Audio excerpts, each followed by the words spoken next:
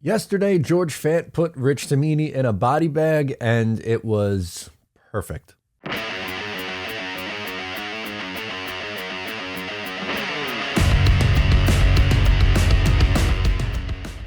Hey, what's going on? Matt O'Leary back with another video, and today we'll be talking about George Fant sticking up for himself about some contract negotiations. Before we get started today, just want to mention you can follow on socials, Matt O'Leary NY.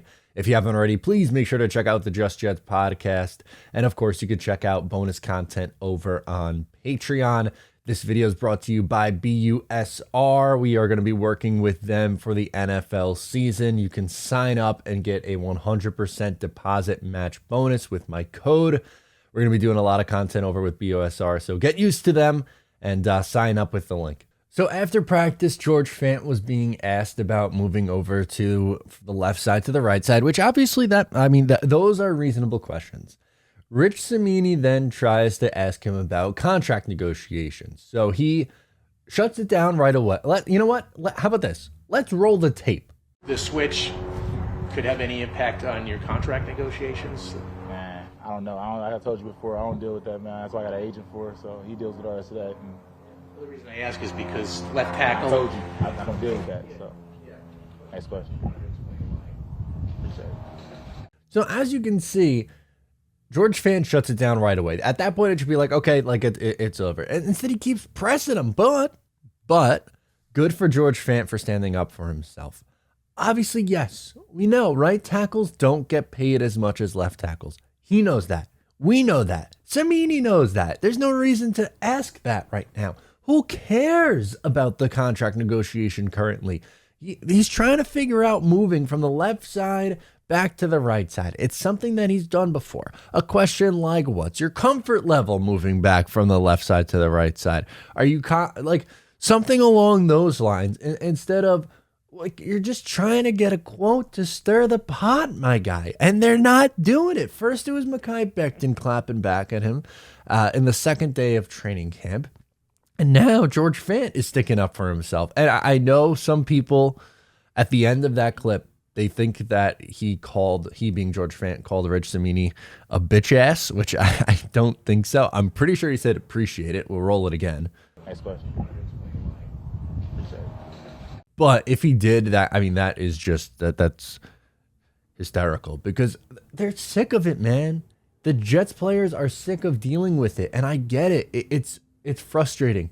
You're trying to, you were training all offseason, or George Fant was training all offseason long to play on the left side. Everyone thought he was going to play on the left side. Mekhi will play on the right side. And then obviously with the injury, they signed Wayne Brown, and Fant has to move back over to the right side. So why isn't that the questioning? Why isn't it like, I don't know. At this point, the contract, like before training camp starts, the contract, sure, but now, like, they're weeks away from a season. You just lost your starting quarterback. Let the guy focus up on what's the task at hand here. It's crazy to me. It's very bizarre. I shouldn't be surprised by it, but I continue to be. I scratch my head with these questions. I really do. I don't get it. And that wasn't really the only viral clip from yesterday. You also had Michael Clemens, who gave a great interview. I think it was Cimini again. Asked him if he was satisfied with his performance. And he's like, no. And then he's like, what can you work on? Everything. This guy's a nut, and I love it.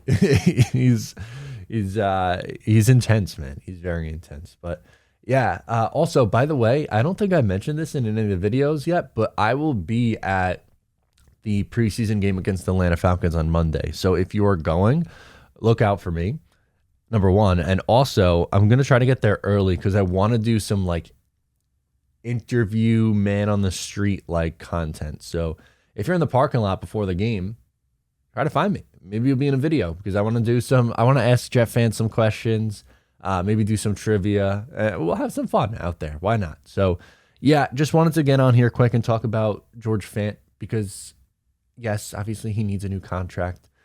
Yes, moving over from the left side to the right side might impact that, but now is not the time or the place for these questions, man. It's too close to the season. Let the guys figure it out. He gave you his answer. The agent will figure that out.